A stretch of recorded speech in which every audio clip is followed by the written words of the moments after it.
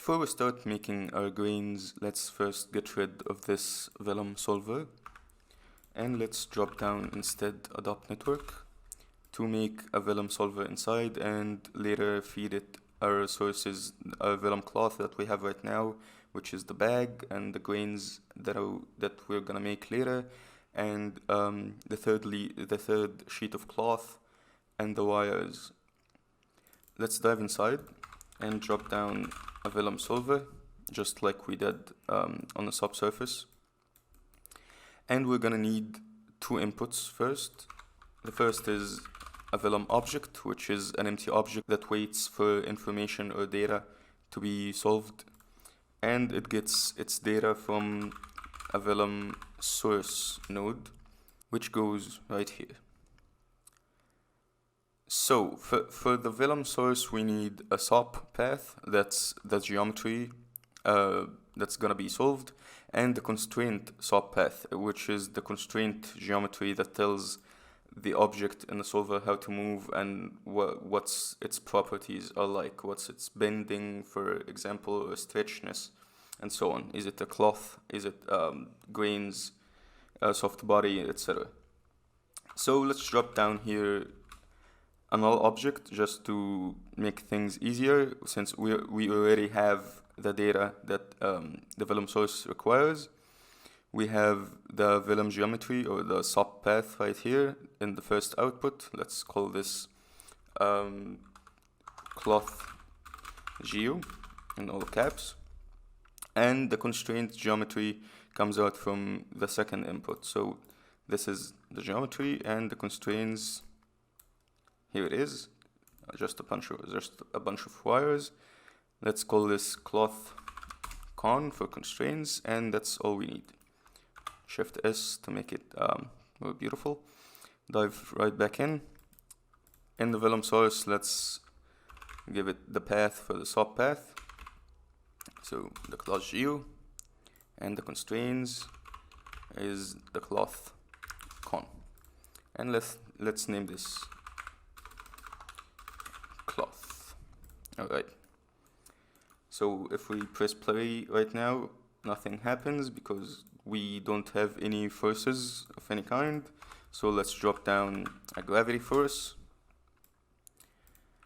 And now if we press play, we're gonna have instantly the same result we had on the subsolver, with the added bonus that we can drop down a merge node and have as many sources as we like, all being solved together simultaneously.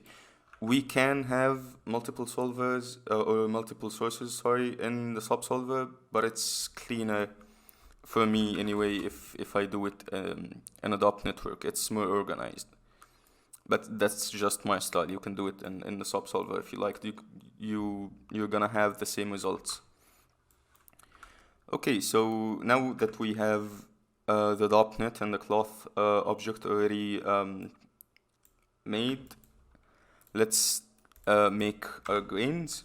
So let's drop down a vellum configure grain. Take the same source as the cloth. And we need to turn on the create points from volume option, so it turns our geometry into a volume and it fills it with grains. So instantly we're gonna get these grains represented by sprites. And if we changed our nulls from the cloth geometry to the grain geometry, just to have a quick look, we're gonna see that yep, it's solved correctly. Let's drop down a ground plane so it doesn't keep falling forever. That I just clicked Shift R right here to reverse the order, just to be a little bit more organized. And I'm gonna click on display proxy geometry to disable the ground visualization. And the grains are being solved correctly. Let's up the resolution a little bit.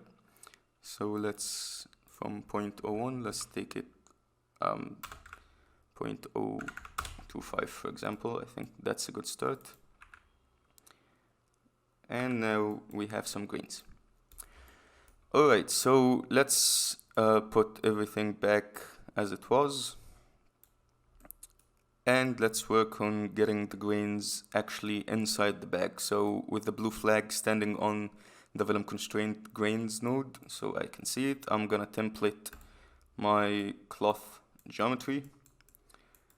And I'm gonna drop down a transform node before our vellum grain source, just to make it a little bit more smaller. And we need to make the pivot in the 2 in the y-axis, so it's centered in the geometry as well, since we pulled this up in the y-axis by 2. Alright, so now we have our grains inside our bag, and let's duplicate these nulls, hook each one to each output. Let's name this grain geo and grain con. If you don't know why we're naming them using capital letters, it's because Houdini shows any null that has capital letter before any other null. So if we, for example, if we browse this subpath parameter, we're gonna find all our nulls with capital letters before anything else. So it just makes it easier to find your nodes if you have too many of them. So let's drop down a merge node, duplicate this vellum source, merge it. Let's name this grains, and let's change the subpath from cloth to grain geo and grain con. Press play, and if we turn on wireframe mode, we are going to see our grains are actually inside the bag, simulating and colliding with the bag.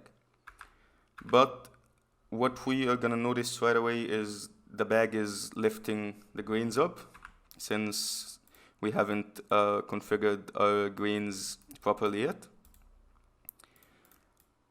Let's mess around with the physical attributes of the grains, most importantly the mass. If you remember, we set our mass on our cloth to 0.2, and we need the mass for the grains to be much heavier, so it drags it down, and we have this nice stretching effect. So let's actually make this like 10 times more heavy, or 10 times heavier than the bag, and let's see what this gets us.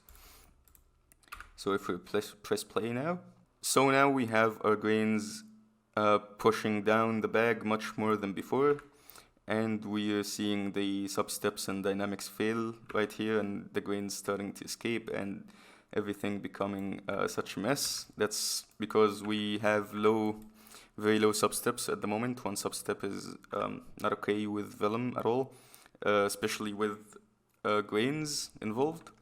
So let's correct this and add some more dynamic control in the next lesson.